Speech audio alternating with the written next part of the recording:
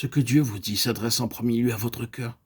Si vous n'avez que peu saisi ce que vous entendez de la parole, de la lecture de la Bible, permettez-moi de vous rappeler, de revoir ce que vous avez entendu et lu.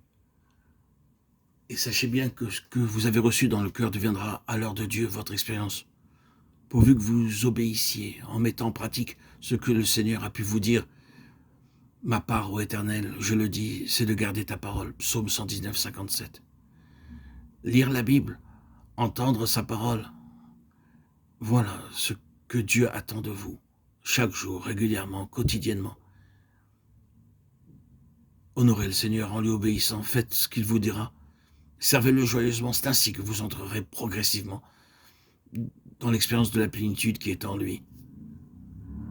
Le mot « enfant », selon son contexte, peut varier dans sa signification. Dans Jean 1,12, mais à tous ceux qui l'ont reçu, à ceux qui croient en son nom, elle a donné le pouvoir de devenir enfants de Dieu. Ici, le terme « enfant » précise que par notre nouvelle naissance, nous devenons membres de la famille de Dieu.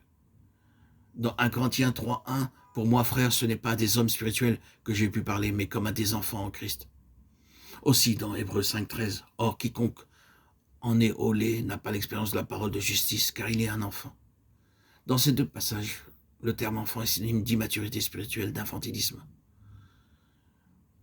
Il nous faut donc quotidiennement lire la Bible pour pouvoir passer du statut d'enfant à l'état d'adulte.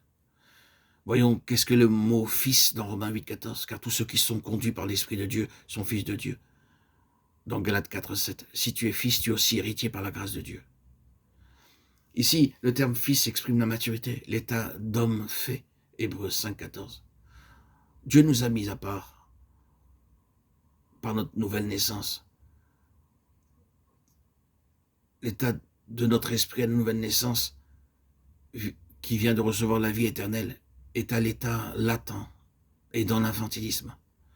Cependant, cet état d'enfance ne doit avoir qu'une courte durée, car la volonté de Dieu concernant son intention est d'amener notre esprit à la maturité afin que le croyant soit rendu capable d'assumer sa part dans le dessein de Dieu et de marcher dans la vocation.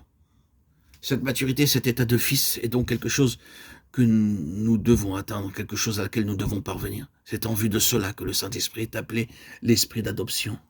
Romains 8,15. Car l'adoption divine est celle des croyants parvenus à la pleine maturité, ceux dont l'esprit aura été formé à travers les voies de Dieu et la discipline spirituelle.